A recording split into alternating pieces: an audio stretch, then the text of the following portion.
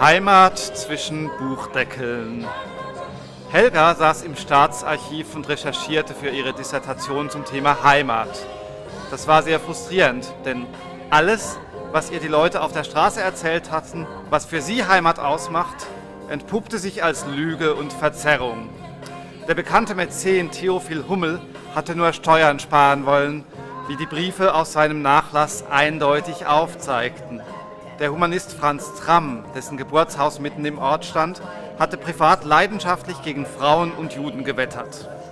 Die prunkvolle Musikhalle aus dem Barock war ein Nachbau eines mittlerweile abgebrannten Vergnügungshauses aus der Hauptstadt, dessen Bau die Staatskasse ruiniert und zu Armut wie auch Einsparungen in der Armutsversorgung geführt hatte.